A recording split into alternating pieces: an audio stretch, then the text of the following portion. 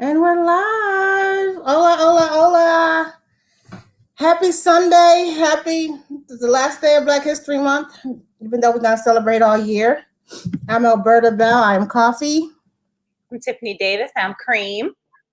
And together we are Queens of Conversation. All right. Welcome, everyone. Like Coffee said last week, I call her Cream numerous times. So I have her name written above my screen, so I can. No, I'm only kidding. No, I don't. But we got a good lineup today. Like I said, we're ending our Black Love series. It's been super fun. We've gotten a lot of feedback. I just want to let everybody know that people have been the feedback has been rolling in, and they said like these are one of the best ones that we've done in a while. So I just want to play what today is going to be about. If I got $1 for every time you slam the door, I would be the richest girl alive. All right. So where's the love? Where's the love? We're gonna get to that today. So we're gonna have a little bit. It's gonna be a different flow today, but it's gonna be amazing as always. So again, thank you all for joining. And Coffee, take it away. Okay, so I just want to do a quick excerpt from one of my favorite poets, Maya Angelou, and it's Pretty women wonder where my secret lies. I'm not cute or built to suit a fashion model size. But when I start to tell them, they think I'm telling lies. I say, it's the reach of my arms, the span of my hips, the stride of my step, the curl of my lips. I'm a woman, phenomenally a phenomenal woman. That's me. I walk into a room just as cool as you please, and to a man the fellows stand or fall down on their knees. Then they swim around me, a hive of honeybees. I say, it's the fire in my eyes, the flash in my teeth, the swing in my waist, and the joy in my feet. I'm a woman, phenomenally a phenomenal woman. That's me, and that's all the women that's on this panel. And we want to know why these men don't recognize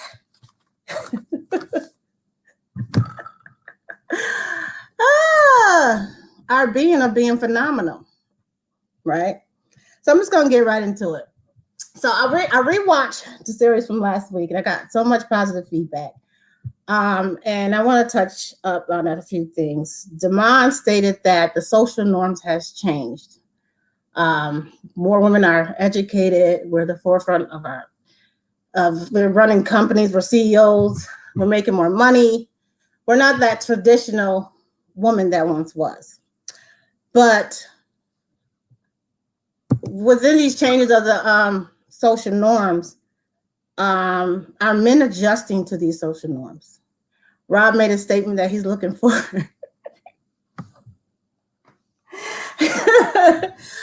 a woman who's willing to submit. But what about men submitting to women? Why can't we submit to one another? Or with these different changes of social norms, why is it that the woman is the one that has to submit, Robert? Yes, I'm starting with you. Anything in nature with two heads, anything in nature with two heads is a monster. Anything in nature with no head is going to have problems getting around. But why is it two heads? The fundamental, look, at the end of the day, if we come to a fork in the road, we can't go both directions. Somebody has to be able to make a decision. And if you don't believe that your husband is qualified to make that call, that's, to me, him operating in his headship. I don't know why you chose him. Now, every man shouldn't be that man for you, but that man should be the one that you believe is endowed with that level of wisdom to make a final call, because it's got to be made. How you gonna make it together? You gonna rock, paper, scissors? What you gonna do? Fork in the road. What you gonna do? Okay. You gonna leave him, or you gonna stay with him? You gonna ride or die? What you wanna do? So are you saying that we can't submit to one another? It's one or the other? We're not really when we're talking about submission. First of all, I didn't say submit by itself. I said submit and commit, and you taking it out of context, right? So you submit to his headship, and he's committed to your welfare. And if you don't trust that he's committed to your welfare, then you shouldn't be submitted to his headship, right? If you don't feel he's qualified, then he's not the man for you, right? So you're oversimplifying the theory, right? But at the end of the day, headship in a family, and from a Christian marriage perspective, is a responsibility of a man. It's his responsibility. You really usurp his authority and his ability to really be what he's supposed to be to you. If you want to get biblical, his strength is made perfect in our weakness, not our strength. So you try to operate in your strength, which actually diminishes his ability to cover you. If that makes any sense. I see your facial expressions. Go ahead. Yeah, so he's supposed to be reflective. He's not God because he's fallible. He makes mistakes and he will make mistakes, right? Follow me as I follow Christ. But he's operating in his role and his position on the team. And you have a role and a position as well. And it's not like one is more valuable than the other. It's just different. They're just different. And if we got the same roles, if we all the same, well, I don't really see the point of being together. Old man once told me if two people agree about everything, one of them is useless. So we're defining roles in relationships. So it's okay. As long as this role is defined, it's okay for us to have a husband that stay home with the children while we're out working, making the money. It's okay. I mean, that's what y'all can decide together. He can agree to that, I suppose. But to me, as for me personally, I prefer to be out working. I believe in priest, provider, protector. That's what I believe is a traditional role. So my wife don't have to work. Oh, okay. She can work if she want to work. She could work, but she don't have to work. It's not her responsibility to provide for me. I don't see that as appropriate personally. It happens. It might work, but I can't. She might take on that role, but I don't believe she has that responsibility. Nor do I believe it's her responsibility to have to sacrifice for me. She's not supposed to be committed to my welfare above her own. If somebody got to die, it's supposed to be me, right? Because I got to love my wife as Christ loves the church, right? Christ died for the church, right? The church didn't die for Christ, right? So there's actual roles and responsibilities on both sides. It's much more equal than people, I think, realize, because they're just looking at, well, who made the decision? Okay. Follow up, Nicole. I see your face. So I can't sit here and say that I wholeheartedly disagree with what he's saying. To some things I will agree with as he broke them down and explained them. However, when it comes to submission, me personally, as a alpha woman, I don't have a problem submitting to a man. However, that man needs to show me that he can lead. I can also accept, and that man should also accept that I may have the strength in certain areas. And so I'm the one that will make the final decision in those areas. He may be weak in some areas where I'm very strong. I think a lot of men struggle with that context and will say, well, I'm the head of the house. He may not be good with finances, but I am. But because he's the head, he's just going to make the final decision. I disagree with that. No, that is not your strength. It is mine. Let me make that final decision. And I think that's a part of being submissive to each other. See, I realize that I'm not great in something and he is.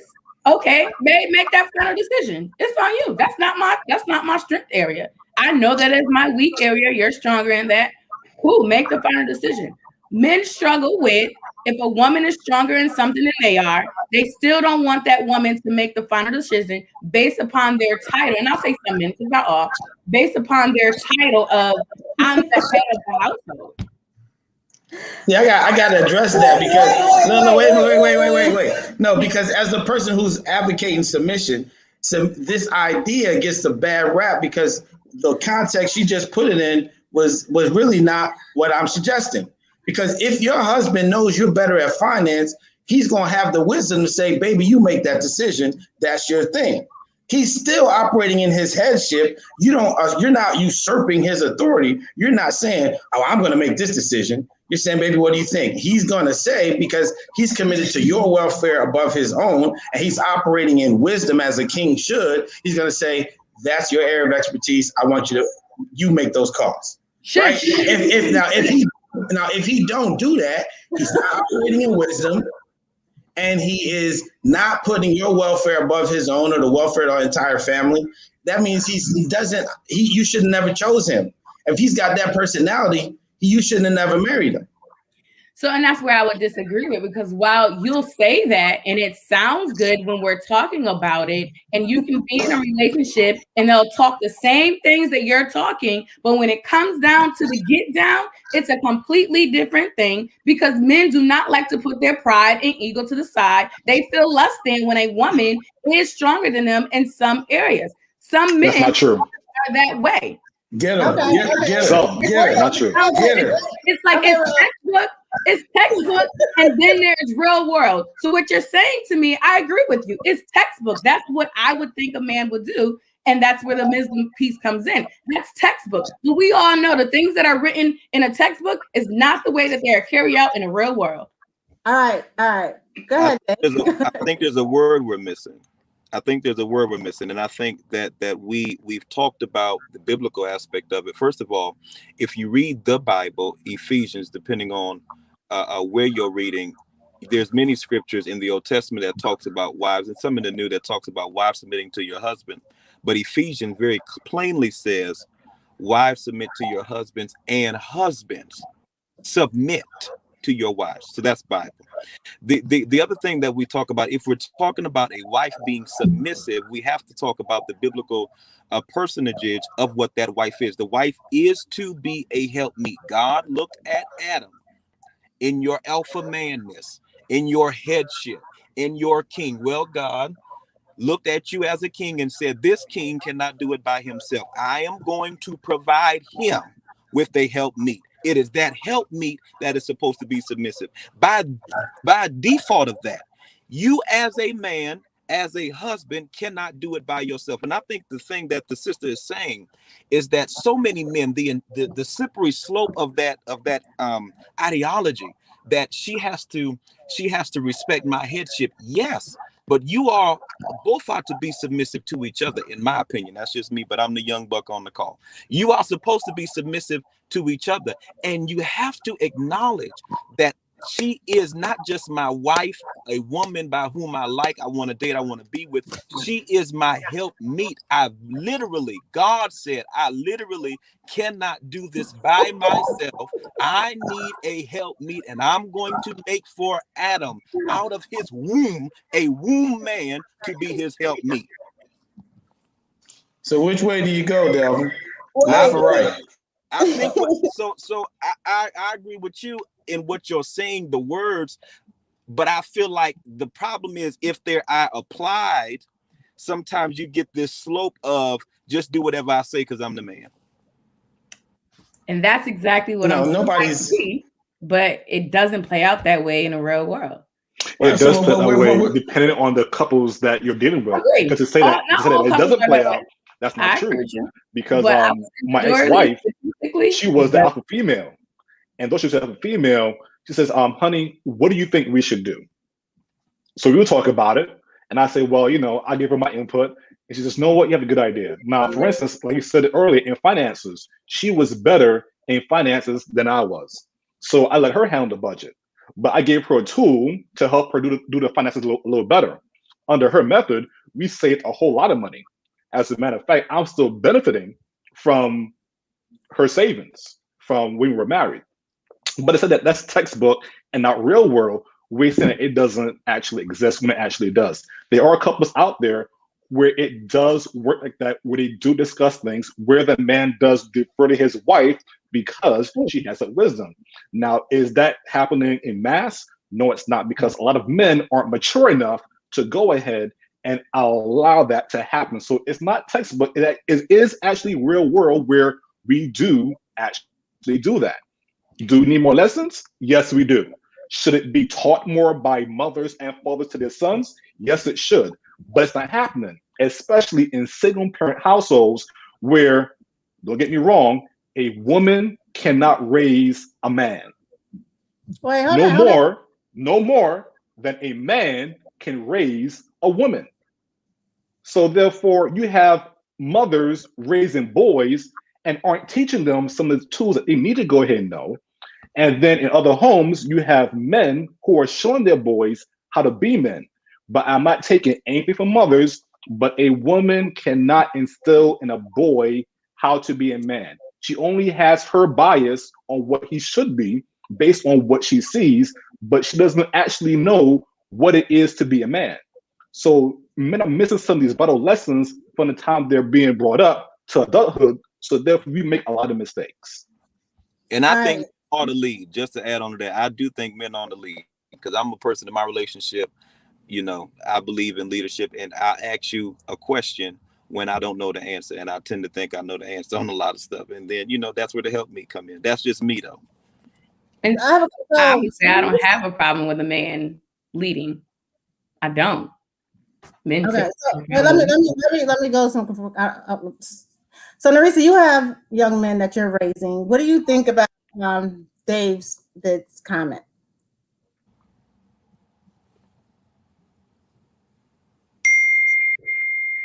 Let me make sure. Are you muted? Hold on. All right. Okay. All right, go ahead. Is it working out? Yeah.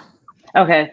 So to some extent, he's right. I mean, I can't teach my boys to be a man, you know, but I can tell them what I think is wrong or what is right or how they should treat a woman or how, you know, things they should do as a man. I mean, I can, you know, positive role models, keep it in their life. But I mean, I have 3 boys and I feel like they all turn out to be great. I mean, my youngest is 16, but, you know, great men, you know, even though they didn't have a father figure, you know what I'm saying? So, I mean, to some extent, he's right, but it's not, I mean, it's the world we live in though. Unfortunately, it's women raising all these boys. So. I want to get to this some comment. That's why I was laughing. So Gary says, so-called progressive feminism has brought about unintended consequences. You can't have it both ways. You can't be the boss and the employee at the same time. He also said, listen to El Nicole's tone.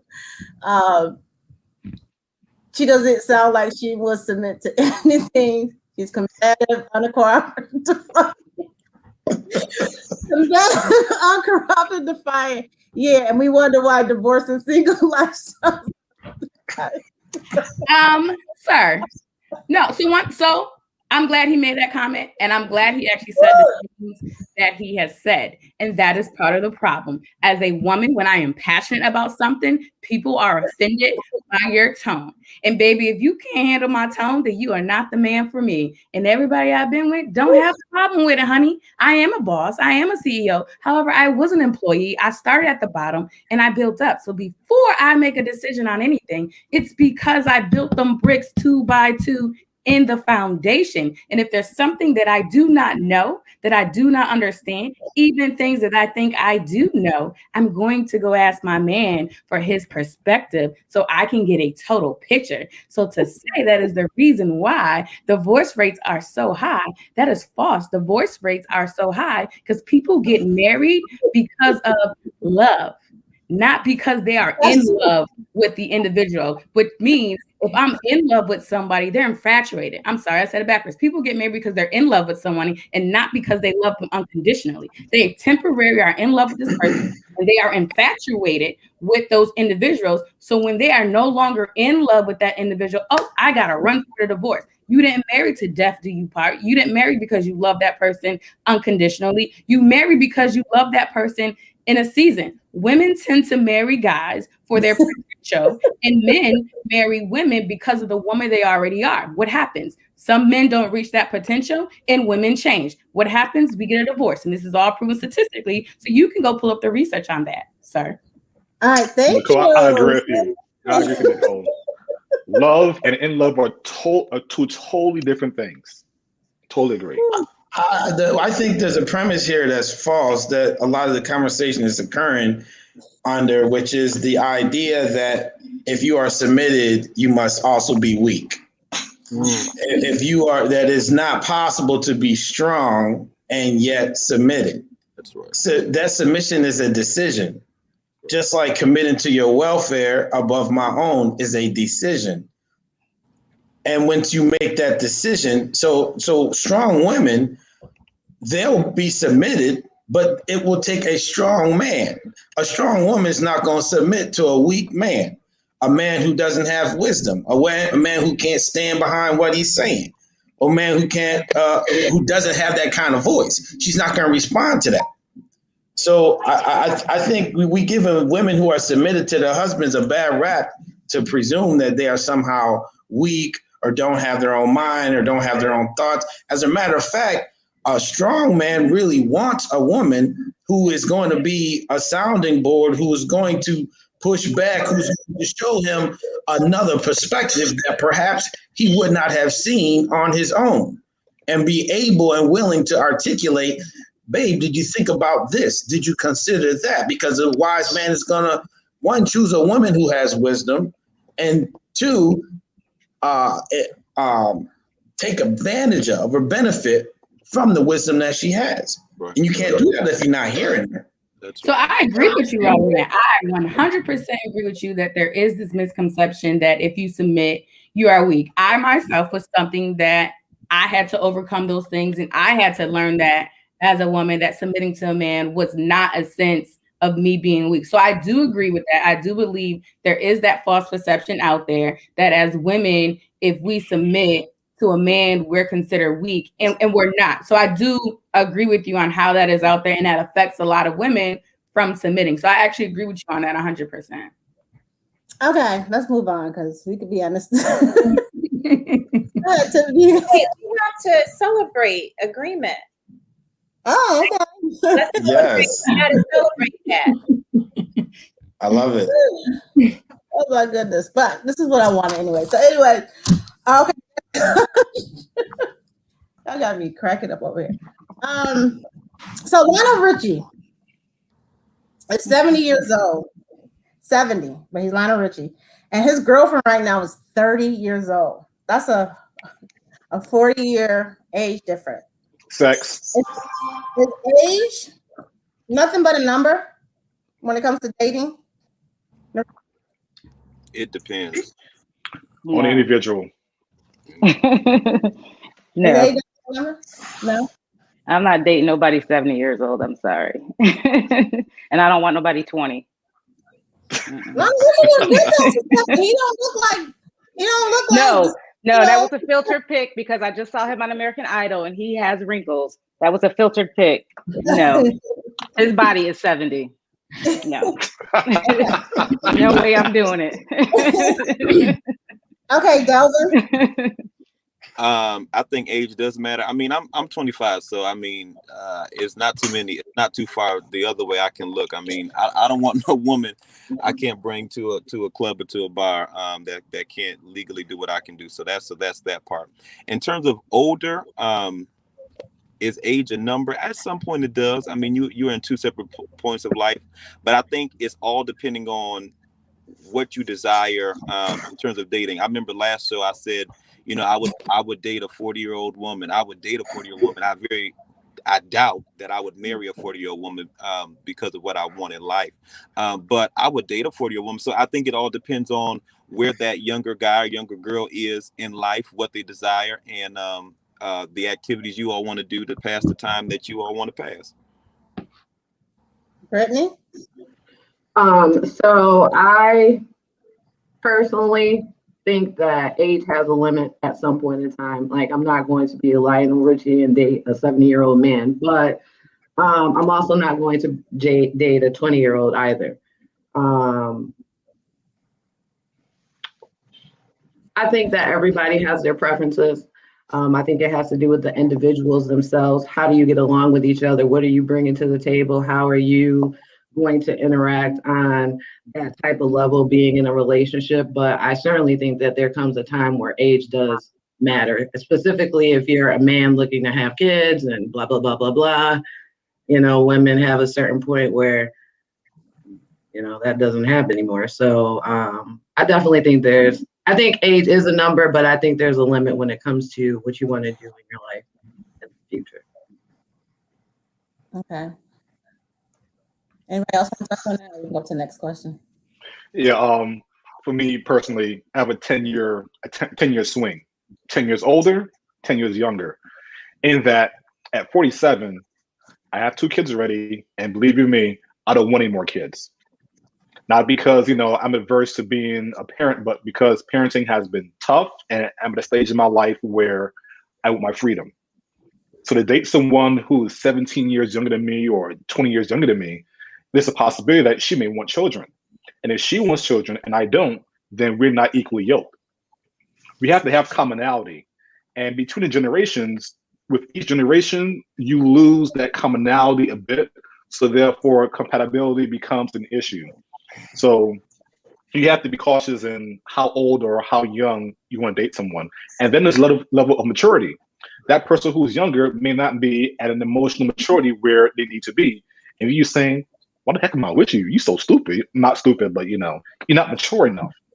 Or they may not have accomplished their financial goals or maybe their educational goals. You may have to support them through school. Who knows? If they're too much older than you, this person might be want to retire, or they may have some other issues as they age, and those things must be taken in accountability. So age really does matter, especially as you get older. There are different things you have to go ahead and consider when dating a person. Can I just chime in for a second? For me, can I chime in for 1 second? Sorry. Go ahead, all right. So I just want to say that age does matter, but life experience matters too, because I've met some 20-something years old that are way more mature than, you know, somebody my age or somebody 50-year-old, because they have the life experiences to back that up. You know, they've been through more than a 50-year-old, because we just live in that, you know, that just happens. So when it comes to age, I can say that let's also add in life experience, because somebody's life experience could be more than that of a 50-year-old, or that 50-year-old is more immature than the 20-something-year-old.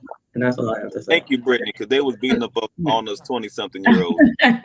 So that's what I was gonna say. Life experience versus age. I know for me, I've been on my own since I was 15, so I tend to be a lot more different at a younger age and dealt with a lot of older guys because of that. Because guys my age, they were, and it wasn't their fault. It was just because my life experiences advanced me a lot more than someone my typical age would have been advanced. But I still think, and I think it comes down to preference.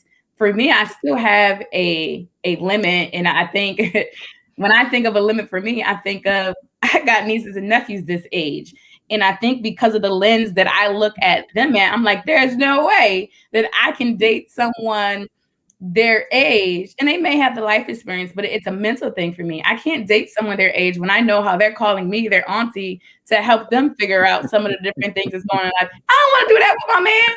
So it's one of those, it's a preference, but I will also say life experiences also do matter. As Brittany said, you can have someone who is 50 and you can have that 27, 25-year-old that is really seems to be more on that 50-year-old level. And that 50-year-old, it does not have the maturity. So I think it comes down to preference. It comes down to situations. I think one hand it matters. And the other hand, life experiences will outweigh that. But it's an individual preference on what you want out of that particular relationship, because not everybody's in relationships to get married. Not everybody wants to get married. People like to say, I'm not dating anybody that I'm not marrying. Everybody don't want to have to get married. That is not an ultimate goal for everyone. Some people just like partnerships without marriage. Some people are not religious. Yeah, I'm like a guy who's like, I'm 48, and there's like this whole trend with younger, well, I don't know if it's a trend. There's this whole sugar baby thing going on, right? So all the young girls right now are like all after dudes in their 40s. And this kind of started for me when I was about 42, 43. I started getting a lot of young girls be like, I know I swipe right. She looked good, right? I'm like, what's she swiping right for? And I remember asking my daughter, like, what's going on with all these young girls? She said, Daddy, she was in college at the time. She's like, Daddy, that's the thing. Everybody has a sugar daddy, like everybody. I'm like, what? She's like, yeah, everybody in the dorm got sugar daddies.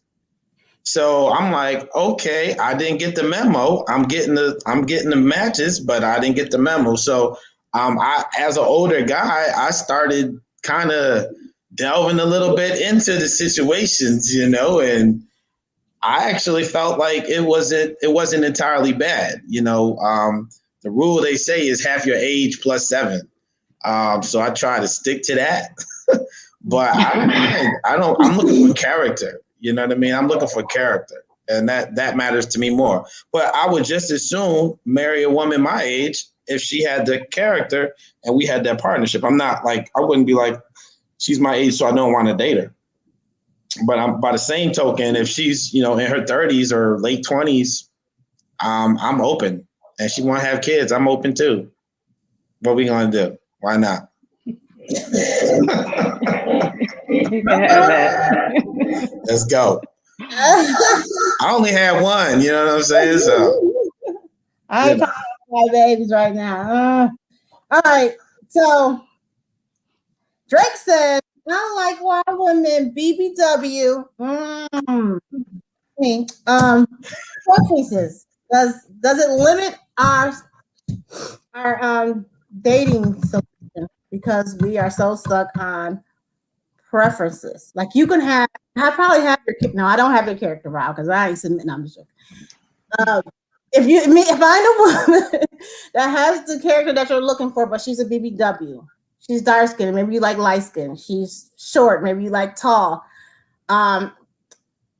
Does that limit our dating options? Are we putting too much emphasis on preference? I think so. You think so? Okay. Yeah, my last girlfriend was, I'm short, so a lot of women ain't trying to holler in a little 5'6" dude, right? They ain't trying to talk to him. So I always deal with that, right? But my last girlfriend was 6 feet tall and 26 years old, and I'm like, we look like the number 10. This is crazy. Like I'm not talking like this. Don't make no doggone sense. But she was adamant. Right? She was adamant. She was like, no, I would like to date you. And I thought it was fantastic. Best relationship I had last year. So, and now I'm like looking at tall women like, yo, 6 feet, what's up? How you doing? Yeah, this could work, So she opened up my mind to that because I kind of limited myself because I assumed that wouldn't work, but she showed me something different, so. Hey, but she wasn't your half your age plus 7. Right? She was not. And like I said, I told her, like, this is not gonna work. I said, it might work now. What happens when I'm 75 and you 50? Like, that ain't gonna make no sense. You know what I mean? I said, you gotta look down the road. How we gonna still make this work long term? But she wanted me to move together and everything. She was all the way. You're trying to get taken care of. So to me when I was younger, like I was like, oh, I like a guy like this, and that. As I got older, I realized that it didn't matter as much to me.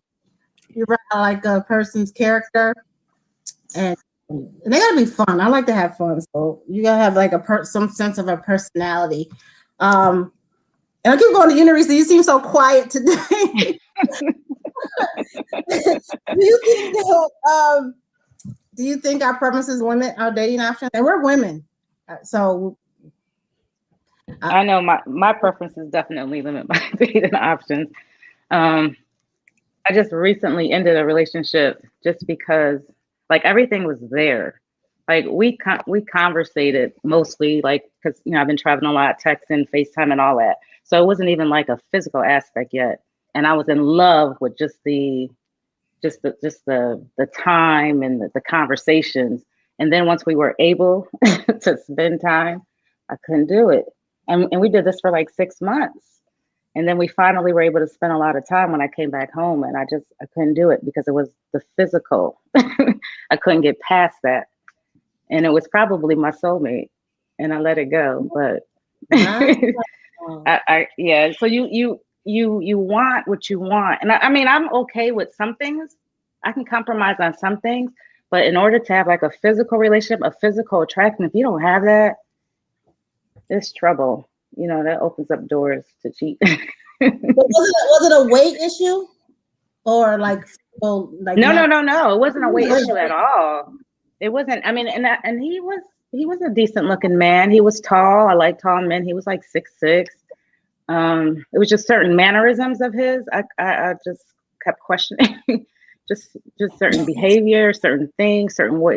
It's like things he said, certain phrases. It's stupid, but I couldn't get past it. So I know I'm very limited, and I'll probably be single for the rest of my life. I'm okay with that. We say that now till we get older, because I was like, I'm okay with single, anything like. I got 3 boys. Somebody will take care of me. I want a companionship. I want somebody to travel with. I just can't do drama. I don't do drama, and I'm not going to put myself in a position for drama. So I think sometimes we don't account. Like, I've dated guys, and I don't think my preferences have gotten in the way. I am a personality, characteristics. Can I have fun when it all comes down to it? I think probably looks would probably initially get me talking to you, but it would be your personality and things after that that keeps me there. Because I done met some guys that I consider to be super fine. And the minute they talk, I was like, yeah, I don't want to talk to you. All right. So I met some with we say here in the DMV area and guys will say, well, I'm medium ugly. Met some medium ugly guys that I didn't consider to be super fine, but their personality and everything else was like, oh, he's fine. Like it altered it and it changed it for me. But I also had to learn that just because a guy has all these great characteristics that society may deem to be a good man, he could be a good man and not be good for me. And I'm okay with that. I admit that to myself that, you know what? He is amazing, but he's not amazing for me. He doesn't pull the things out of me that I would like a guy to pull out of me. And that's okay. I think we beat ourselves up, or that's why people end up with certain people and then divorce, because it was like, well, they were a good woman. They were a good man. And so you stuck with them. But the reality was you didn't fully like them. You just went off of their traits and things that made them good. And now you're miserable. I can't be miserable. Like I always say, I'm here for a good time, not a long time. So. Okay, Gary is in these comments, but I'm not even going to go there. He had me cracking up. He said, especially if he's a Miss TV, right?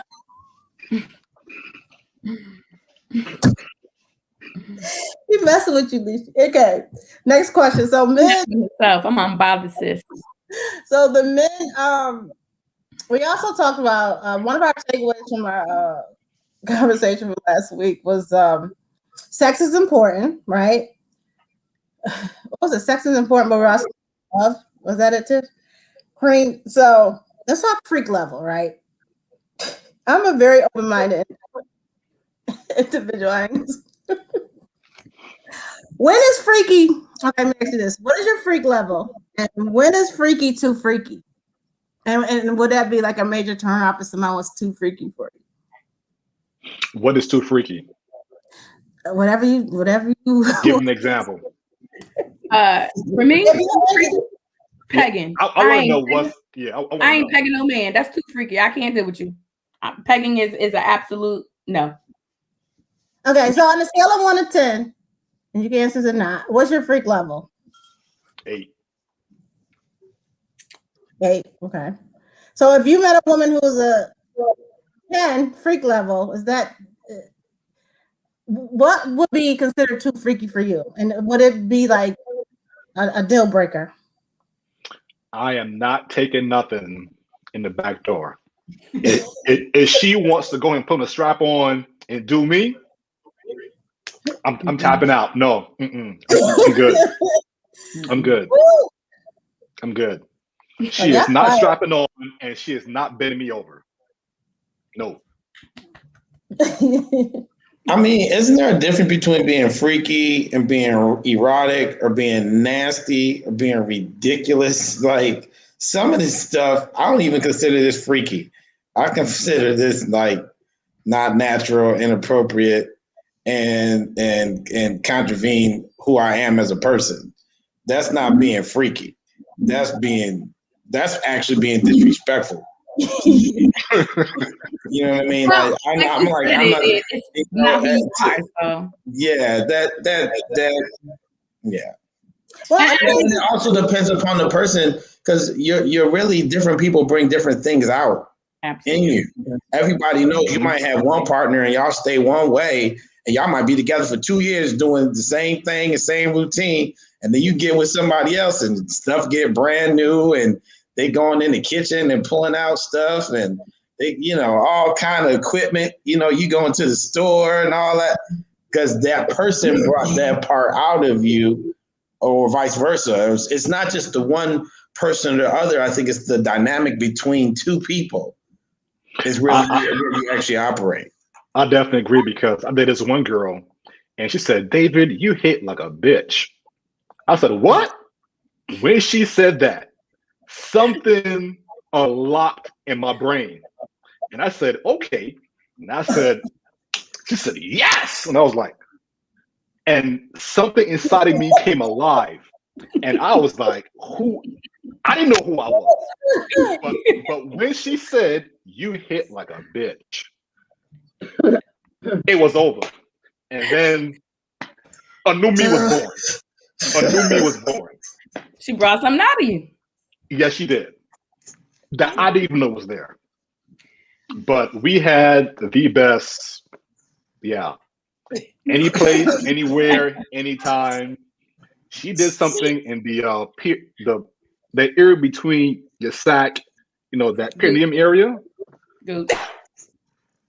She used to lick that spot right there, man. I was crawling up the bed like yo. Oh my God! And like, bring something out of you. Wait a minute. Let me say this. So, everybody know that I'm a certified sexologist, and I teach certain things, and things that you think you know about the human body. There's always other areas that you can explore to take it to a whole next level, right? Have mercy. So what I'm finding in the couples that I'm coaching, these are people that have been married like 10 years, and they're bored. So they're looking to implement new things into their relationship, and then they come to find out that there's areas of the body that they can explore that has always been there, has always existed, but they just didn't know that it was an erogenous zone, and so they're willing to try new things. So my question now is, how open-minded are you when it comes to that? When it comes to sex, I don't know why I'm acting like this is Facebook. When it comes to sex, open-minded to try new things. For me, I'm one individual. Well, I'm a mental health therapist, and so I tend to have an open mind about a lot of things that may seem to be unconventional to other people. But I still believe in setting boundaries and setting limits. But sex is fluid. I know a lot of times some men are like, "No, I'm not doing no anal bead play because that's something that only two men will do," and that's not necessarily it's not true.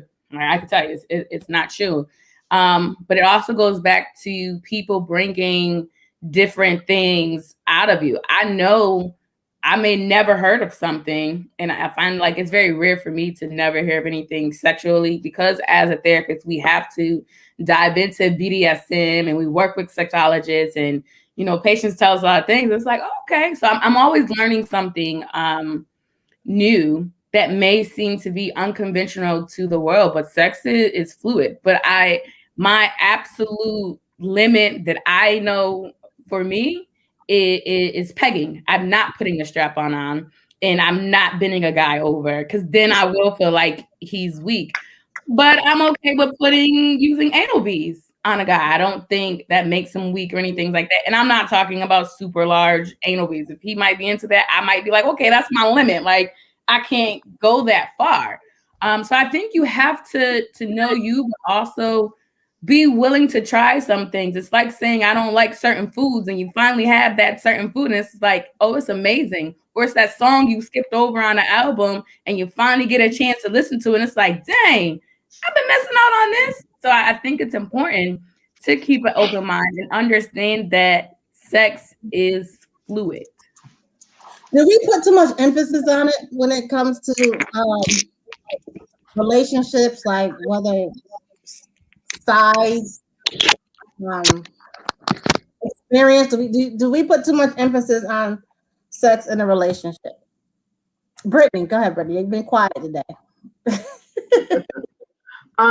So I think that, in my opinion, yes, I think so much, I'm just saying, so much is everything that we see on TV and around us is based on sex, right? So if that's going to be the focus of our relationship, it's only going to be based on sex. That's what we're going to do. That's what we're going to talk about. Or, that's what we're doing all the time. Then I feel like, what else do we have? What's going on with you? Who are you? Do you want to know anything about me? Like, I don't, in my opinion, to me, yes, I think we put too much emphasis on sex. I think that there's other things that you need to understand about an individual in order to progress in whatever direction you're trying to go with that person. But if it's merely sex and you have that agreement, then fine. But if you're looking for something more, which I assume that many people are, I think that the influences of society and things that are going on around us, yes, it plays a major role. And I think that sex is overly sensationalized. I think that there's sex all around, and I think that we need to get back to something other than sex, right? That's just my opinion, though. Well, I think that we need to have a conversation. I don't think that they're having a conversation in the beginning. And, as we evolve as a couple, things change, experience change, you see things, you notice things. And I do think it's important because it is a part of compatibility, and it helps with the intimacy in the relationship. And if I'm into tying you up and beating you with a leather strap, and you're not into that, that's gonna cause a problem. There's gonna have to be some adjustments, somewhere. So I do think the conversation, a mature conversation about it in the beginning, definitely. And I don't think that a lot of times, that conversation is being had. We'll touch on it, but it doesn't go as deep as it should. These comments, okay. Okay, I'll move on from that question as well. Woo! So does anybody does any of the men want to ask the ladies a question, or vice versa? I know I have one. Ladies, how come you will talk to your girlfriend about all the things that are wrong in your relationship and not talk to your man about it? I mean, shouldn't he be the first one that you talk to instead of your girlfriends? Or do you not feel comfortable talking to your man about, honey, when you do this right here, you get on my nerves or it frustrates me? Why go to your girlfriends first and not talk to your man?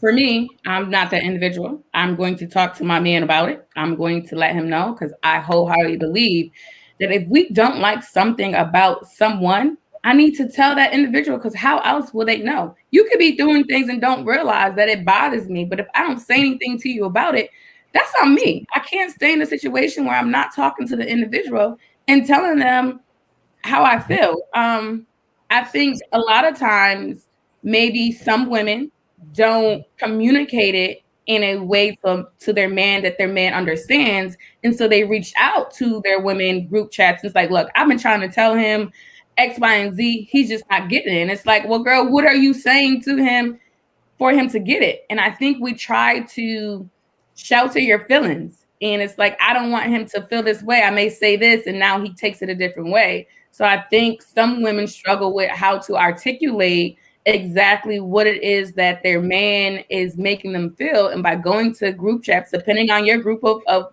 friends, they may help you come up with a better way to articulate it for your man to understand. So I can't say why don't women do it. I think we should address these things directly with the individual that we have the issue with. Marisa, you have a comment? I'm not, usually if I have a problem, I can discuss it with my man. What I don't usually go to women though, if I have an issue, I feel like I can't, I usually ask another man just to see if it's something that I'm doing wrong or if there's a better way for me to approach it.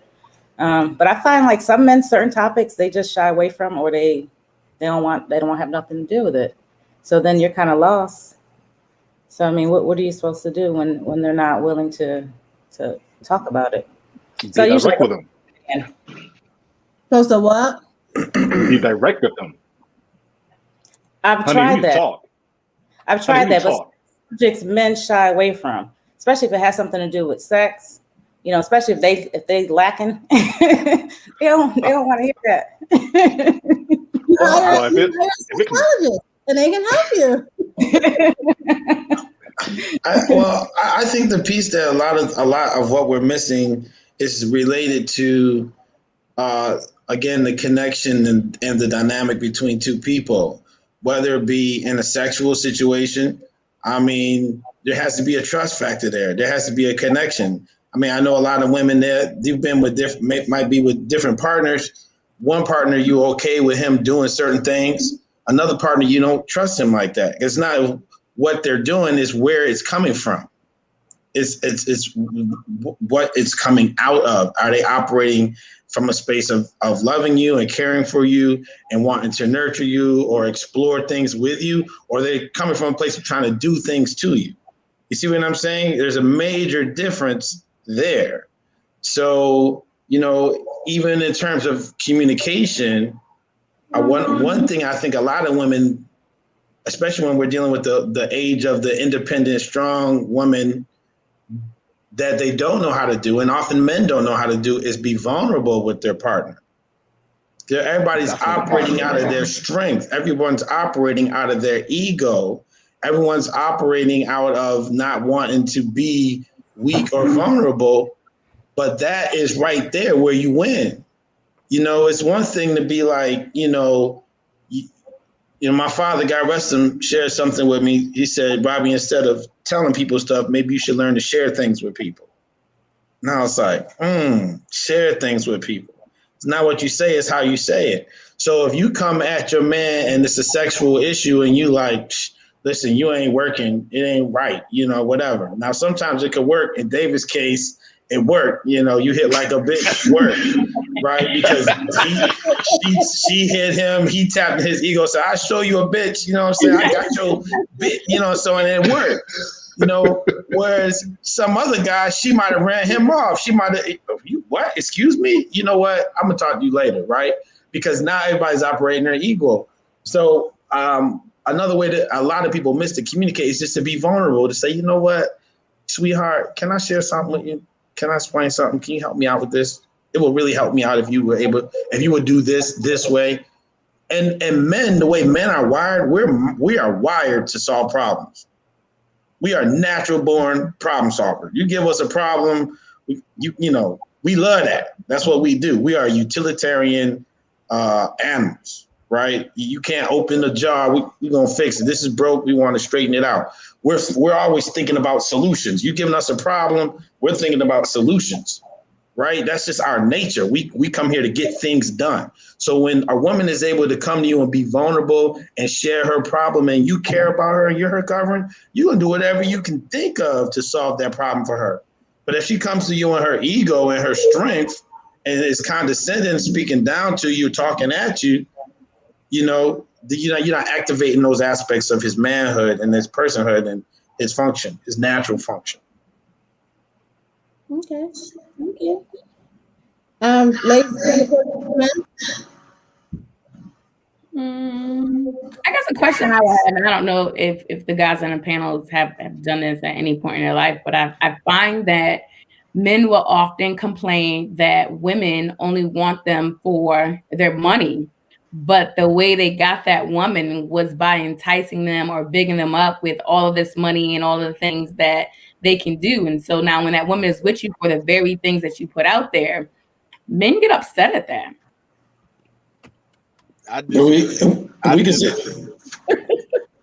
Because I think that the niceness of a guy, if a man got it, sometimes they don't flaunt it, they just have it, and some people can just see it. You know, that maybe it's a car that he drives, the choice of restaurants where he takes you, him paying for the bill, the way he dresses, he wears certain types. I mean, so you can just see if a person has a few dollars, in my opinion. However, sometimes some women take that as, okay, it's go time, I'm about to turn this dude into trick daddy, and that's not the case. And I can tell when a woman or a girl, a young woman has made that transition, and I can tell when she's trying to get to the pockets. And the dude like me will make you think you about to get to the pockets, and you not getting to the pockets at all. So I think that some men, now let me step back to be in all fairness, some men do want to be trick daddy, and they do want to show their money, right? Where they at though? Where they at? And so that's their MO. But I think if a person is financially stable, has a few dollars, that's not always the green light for a woman to say, okay, then be about all about the money. Women just make that. I think a lot of women, young women, older women, make that determination on their own. And I think they take advantage of good men that have been raised to just do certain things in the dating stage. I think they take advantage of that. It ain't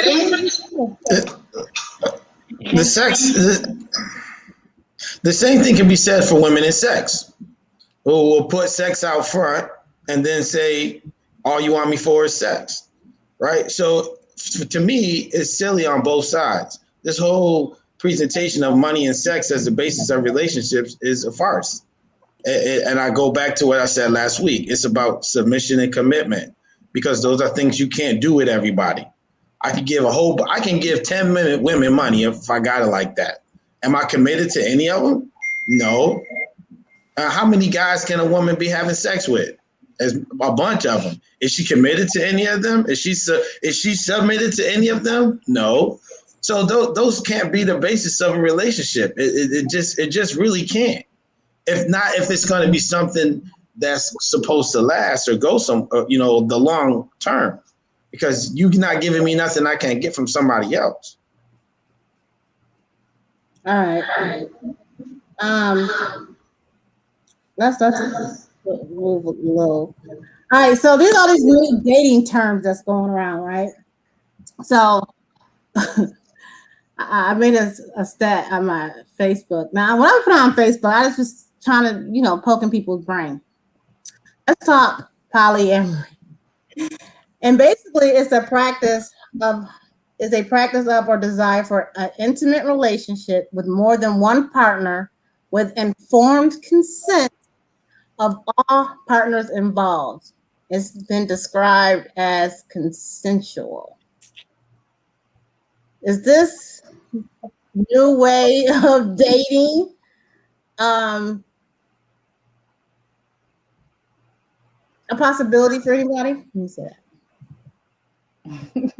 Yes. No. Yes. Not for me. Yes. Why, Dave? I'm a traditionalist in some aspects.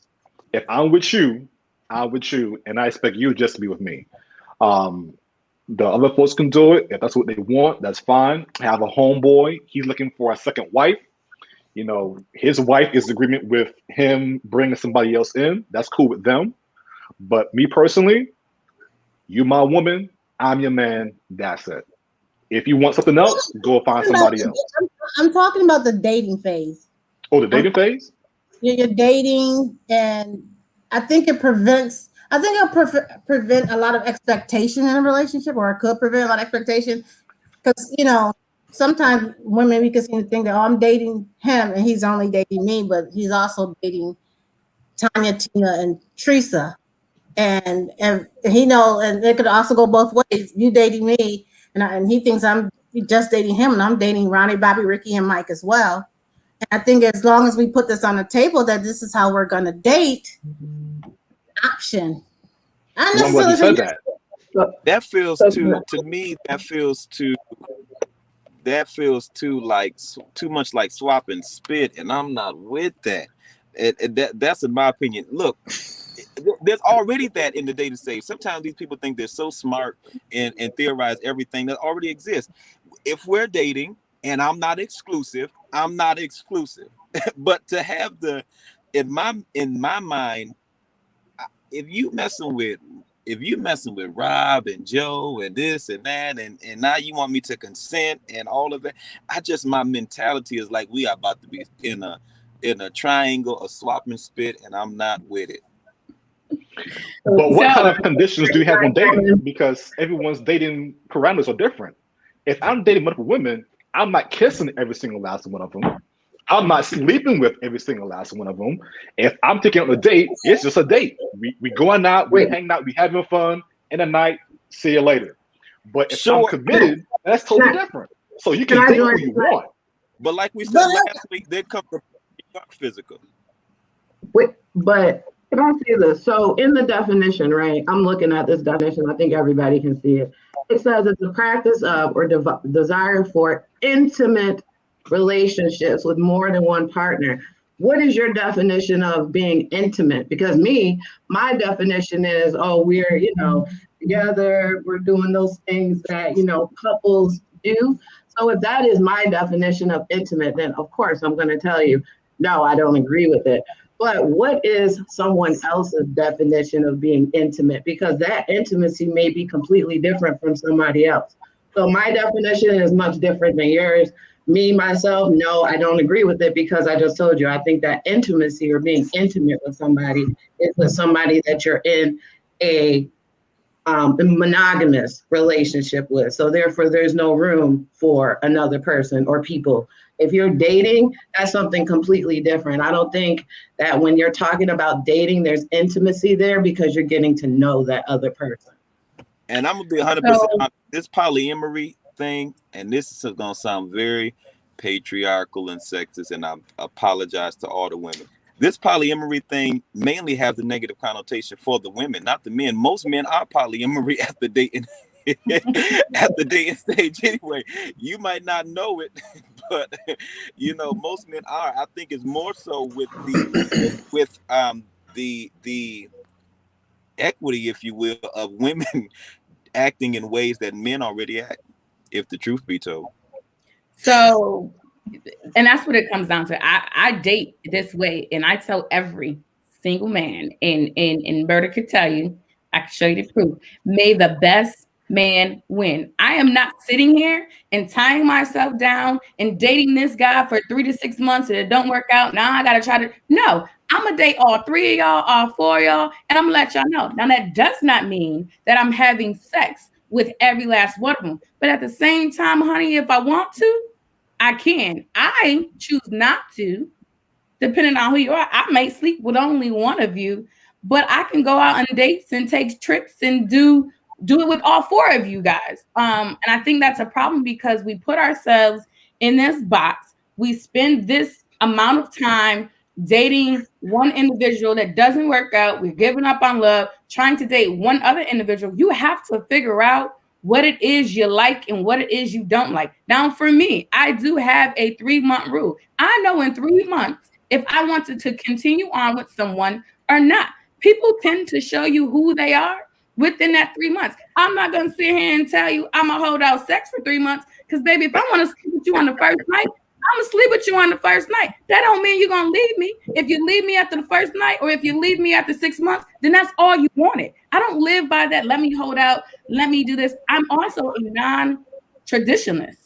I also always say I think I'm meant to be a polygamist. And here's why I say those things. When I think of the definition of intimate, I don't just look at that as being sex. I look at that as me being vulnerable with other individuals. If I use a flower, for example, if I only water the flower with water from the house, that flower is not going to continue to bloom and reach its full potential. But if I allow the rain to water it and the water from the lake to come in and water it, that flower will possibly reach its full potential a lot more. So I'm not keeping myself in that box. You can be intimate in multiple ways. And I think people look at intimacy as just sex. So I say all the time, I'm probably meant to be a polygamist, but that's also because I consider myself a non-traditionalist. I don't want to be put in a box. I want not only myself to reach its full potential, but people around me to reach the full potential. And I understand that I alone cannot help an individual reach their fullest potential. Do whatever makes you happy. Men and women gonna cheat anyway. Some of them, not all, but some will. Why are you putting yourself in that box if you don't want to live that lifestyle? And I think we struggle with, because of the way we grew up and the way that we were groomed, and marriage is the ultimate goal, and being monogamous. And so everything else seems so taboo. But when you go into other countries and other places, they don't live just by that way. And they tend to be perfectly happy. You have to figure out what works for you. Just because I'm a non-traditionalist, I shouldn't put down guys that are traditionalists. That's where communicating with two people, you have to understand what it is you like. And by being able to date multiple women or multiple women, being honest about it is key. Don't have one woman thinking that you're the only man that they're dating. Tell her. Just like I tell men, may the best man win. And I feel like I live I have no issues when it comes to dating, when it comes to relationships. I'm genuinely happy, one, because I make myself the priority for me to make myself happy, and I allow other people to add to it. Okay. I want to say something about polygamy. Polyamory is one thing, like people doing whatever they're doing, but I have always said this, and people looked at me strange when I say it. I have more respect for a man who is committed to 2 wives at the same time, or 3, whatever, at the same time, than I do for a man who has run through 12 women and had 7 kids and is not committed to any of them. I think that a man who says, listen, you can say what you want to say about me. These are my wives, and these are the women that I'm committed to, their welfare. I'm not interested in anybody but my wives. And I'm in it for the long haul, for life, me, my wives, and our children. And we are family. We were together, and that's it. That man, to me, is operating more in his responsibility than, that's that dude from the hood who, you got 6 kids by 4 different women, and is not in none of the kids' lives, and they're just on to the next one. And we don't have any problem looking at him. Jerome in the hood, and nobody's mad at Jerome.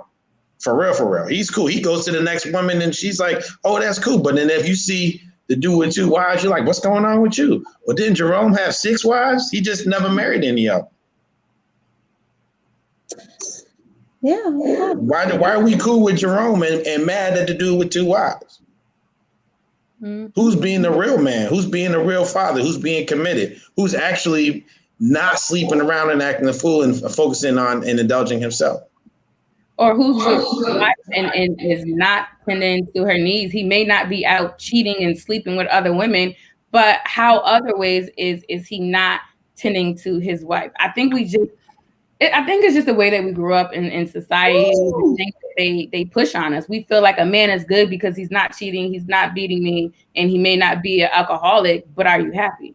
Is he taking care of all your other needs? Now, that one man that could be out there with 3 different women and he's taking care of those 3 different women and their needs are being met, but we're going to say he not good because he got 3 different women, and the one guy that only has 1 woman, but he ain't taking care of her. He's good. I think people need to open their minds. We've been brainwashed, in a sense, just from the way that we grew up. We like to say, I want the relationship that my grandmother and grandfather had. The truth and the reality is, when we all got to those funerals, you found out about all the other aunts and uncles and stuff that you had, that they had whole other families. Nobody wants to talk about those things. Times are different. Women can do a lot more for themselves than they can then. So they might have stayed in a relationship, or they might have did not care. A lot of our grandmothers and grandfathers, they just did not care because home was being taken care of. My needs are being met. If my needs are being met and I'm happy, honey, I don't care what you do. Go do what makes you happy because I'm happy. Live. All righty. Live. Thank you so much. Okay, so today's topic was where's the love, right? So we were trying to, I don't even know if I asked the right questions, to distinguish if there's a disconnect between Black men and Black women as it relates to dating. So I guess my last question is, do you think there's a disconnect between Black women and Black men, and as it relates to dating? And where is the love? Is it there already? I would say the love is there, but I do agree there's a disconnect, and both parts play a role. It's not just on Black men, and it's not just on Black women. I think part of the issues are some Black men and some Black women don't know who they are themselves. And so instead of figuring out who we are, we try to get into these relationships to fill a void, and it'll never work. So I think it's a disconnect on both sides. It's Black women is part of the reason, and Black men is part of the reason. I can't put all the blame on Black men, and I can't put all the blame on Black women. But I think there's deeper roots that play into that. Just looking at slavery, how the Black man was taken away from the woman, oppression. I think there's so many different layers that cause that disconnect. And some of us just give up on trying to fight through those layers and stick with love. So I can't say it's one or the other. While there's a disconnect, I still also believe there are great examples of great connections. And I think love is love. It may hurt, then that love ain't for you, but don't give up on it, because everyone is different and everyone has the capacity to bring out something different in you. And so I say just keep striving for it. Don't give up on that. I see too many Black men give up on Black women. Black women give up on Black men. Like, why are we giving up on each other instead of trying to get to the root cause and have these conversations and fix the disconnects and work on ourselves? Because me as a Black woman can be the problem. God as a Black man can be the problem. I think we have to take ownership and responsibility for our actions. I think a lot of times too, is that we talk at each other and we don't really talk to each other. We don't have those deep, meaningful conversations. We only talk on the surface. And I think that if we can really honestly communicate with each other, tell each other, this works for me, this doesn't work for me, and really have that mental intimacy. Because what's missing too from a lot of our relationships is that mental intimacy. We don't have those deep, really deep, meaningful conversations. And I think if we go past the surface, if we really get deep with each other, we will see that the love is there and it always has been there. But we do too much talking at each other and not listen to each other and not getting deep with each other. So we have to get deep, get away from the surface, get away from the posturing between man and woman, and says, hey, you're my friend, I'm your friend, let's talk. And if something's bothering you, we talk about it. Let's talk about those things that happened to you when you were a young girl or a young guy. Because a lot of times we aren't honest with our partners about things that really bother us. I've come across some females that have faced sexual traumas when they were kids, and they won't tell their mates. They'll tell me, and now I'm like, won't you tell them? Well, I don't trust them because he may weaponize it. So there's a lot of other dynamics too that happens, and you have to be careful at the same time in sharing who you share with. Because a lot of times, a lot of us have these secrets and these things that keep us separated because we don't feel comfortable talking to our mate. And because we don't, it has that barrier. There's that wall there, and that vulnerability doesn't happen. But if we can be vulnerable and be honest, that will help the love to be there. You have to, as mentioned before, have that vulnerability and have that deep honesty and that mental intimacy. Thank you. Narisa? And I'm only talking from my experience. I'm not saying all men, but a lot of men have issues from their childhood that they bring into the relationship. So from my experience, I find that a lot of men are insecure They are not able to handle a strong, independent woman. And then they feel like we're trying to, take away their manhood. So, but what I found is it stems from their upbringing. And so if you can get to understand that, and, men ain't going to therapy. I think a lot of this stuff could be resolved, but men ain't going to therapy, So I think, I don't know, because of that, I run into, and these are all new terms for me. These are things I had to look this shit up myself and figure out what the hell's going on. But a lot of men are narcissistic. The whole gaslighting, like all of that stuff. And I'm like what? I'm serious. I had to like do some research. Like, what is this? Because I couldn't put my finger on it. And but if you look into it, it all stems from their childhood. So, and we all have shit from our childhood, you know what I'm saying? But you got to be, adult enough to deal with it, acknowledge it, get some help, talk about it. Like, I don't know. I can go on and on. We can write a book. But I just think that, a lot of things are brought in from their childhood, like their upbringing, and they don't know how to, and they bring it into their relationships. that was we had to leave here, so how about another meeting? But this was great. And yes, there's a disconnect, but it can be overcome. All right, Brittany.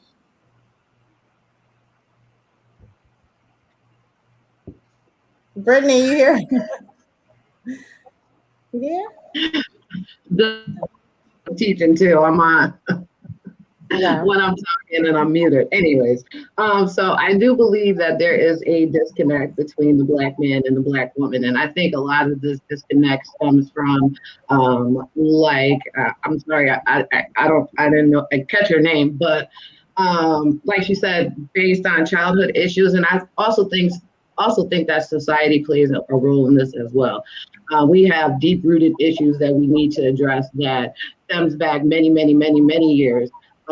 For instance, we have colorism, right? I think that's a disconnect within the Black man and Black woman relationship because for some apparent reason, we see things on TV, we see things in movies, we see things in videos where, the lighter or fair-skinned person is the one to date versus the darker woman is not the one to date because she's the one that's, very defiant. She's aggressive. She's not the one to be in those type of relationships with. So when I say that there's a disconnect, but like Delvin said, it can be overcome, but we need to have those deeper conversations when we address the issues that are rooted, when we address the deeper rooted issues. That's what I meant to say.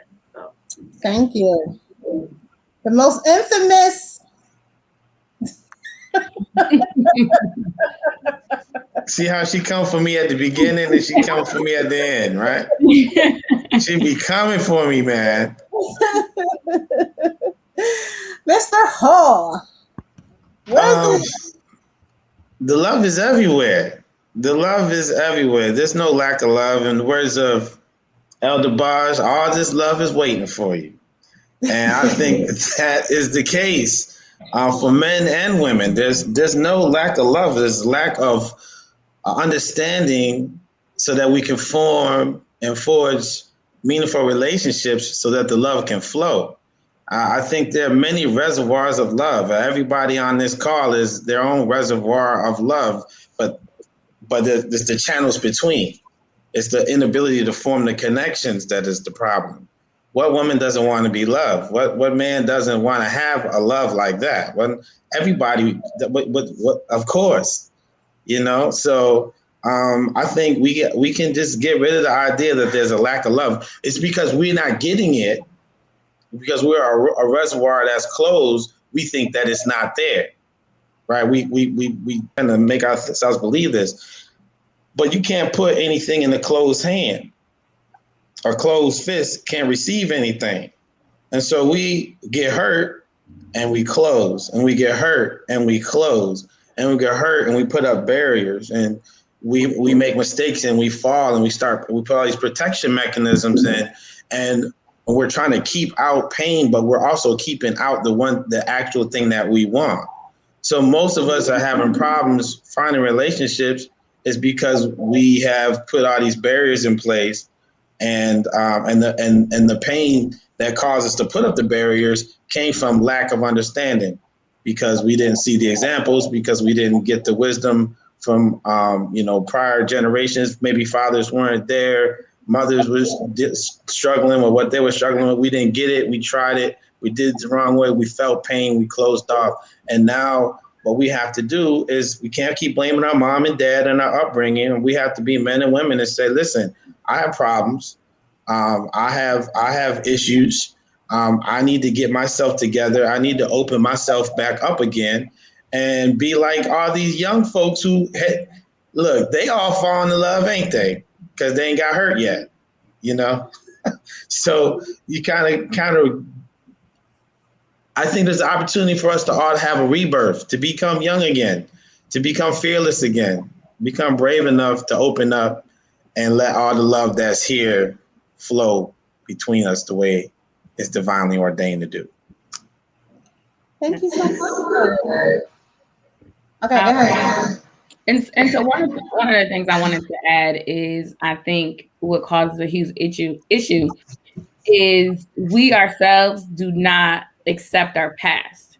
And so going to mental health and things like that to help you accept your past. So when it comes time to be vulnerable with other people, they cannot use your past against you. When you accept your past for what it is and what has truly happened in your life, you are okay with sharing it with someone because you know that they can't use it against you. A lot of times we don't want to accept our past. We want to say the past is the past and I'm living there. That's part of the problem. You just left it there. You put it on the shelf. You put it in a box. That box have all this dust on it. Now that box done fell over, dust done fell off, and everything in it done fell out. We're hurt. When you deal with that past, you will deal with your hurt. That will allow you to allow other individuals to come in. And as Rob used his analogy, the closed fist, that hand, that fist will open. That's that box. And so I think we have to do the work to love ourselves, because if I wholeheartedly do not love myself, I don't care what display I may put on, what facade I may put up. If I wholeheartedly do not love myself, I will never be able to love, truly love another individual. And people say, well, people have kids and love them. Yeah, and they're passing on those hurt to their kids. And that's why 99% of kids that are in therapy is because of those parents that love them unconditionally.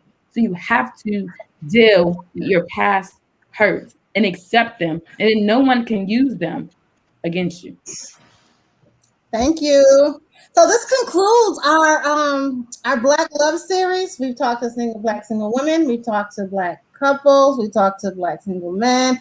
We also talked to each other. So Tiffany, what are some takeaways from our conversation today? Listen, I always take notes. I am so, it's just, again, it's amazing for Coffee and I to be able to do this. A lot of times when you're having these type of discussions, right, you got your points, you wanna share your point, share your experience. And I can honestly say that all y'all took everything I wanted to say. So from communication, from loving yourself, being vulnerable, all those things matter. And to sum it all up, what I'm getting at is you have to love yourself first, right? Before you could ever receive that love and give that love truly to others.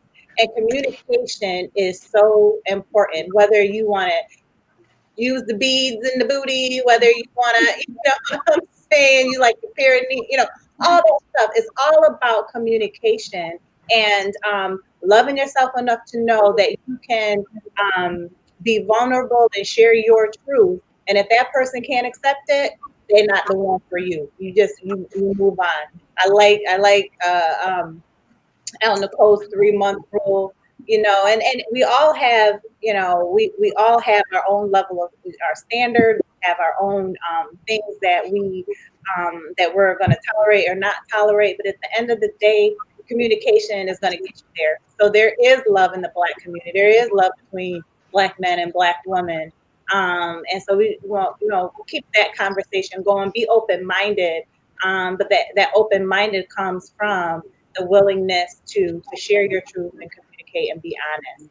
So I thank you all for being a part of our show today. Again, yes. Thank you. I had a great time. I love you all. Just put out there. Let me shout out people in the comments. Gary, keeping the comments popping. Thomasina, Corey, everybody, thank you for participating and supporting us each week. Next month is March. We are going into, I don't remember. I think sisterhood. We're talking about sisterhood. Sisterhood. We may have to do one on brotherhood as well. We're definitely going to hit on colorism as well. Colorism. That's been on our calendar a couple times, but we had to. For whatever reasons, yeah. Shout out if you want to be on the be a guest on the show. So yeah, if anyone's interested or have some topics to discuss, please reach out to Cream or Coffee or Cream. We also want to shout out some Black-owned businesses. I'm rocking my hat today. It's from a Black-owned business called FPM Accessories. See that? How to be my little Mary J. Blige look on today.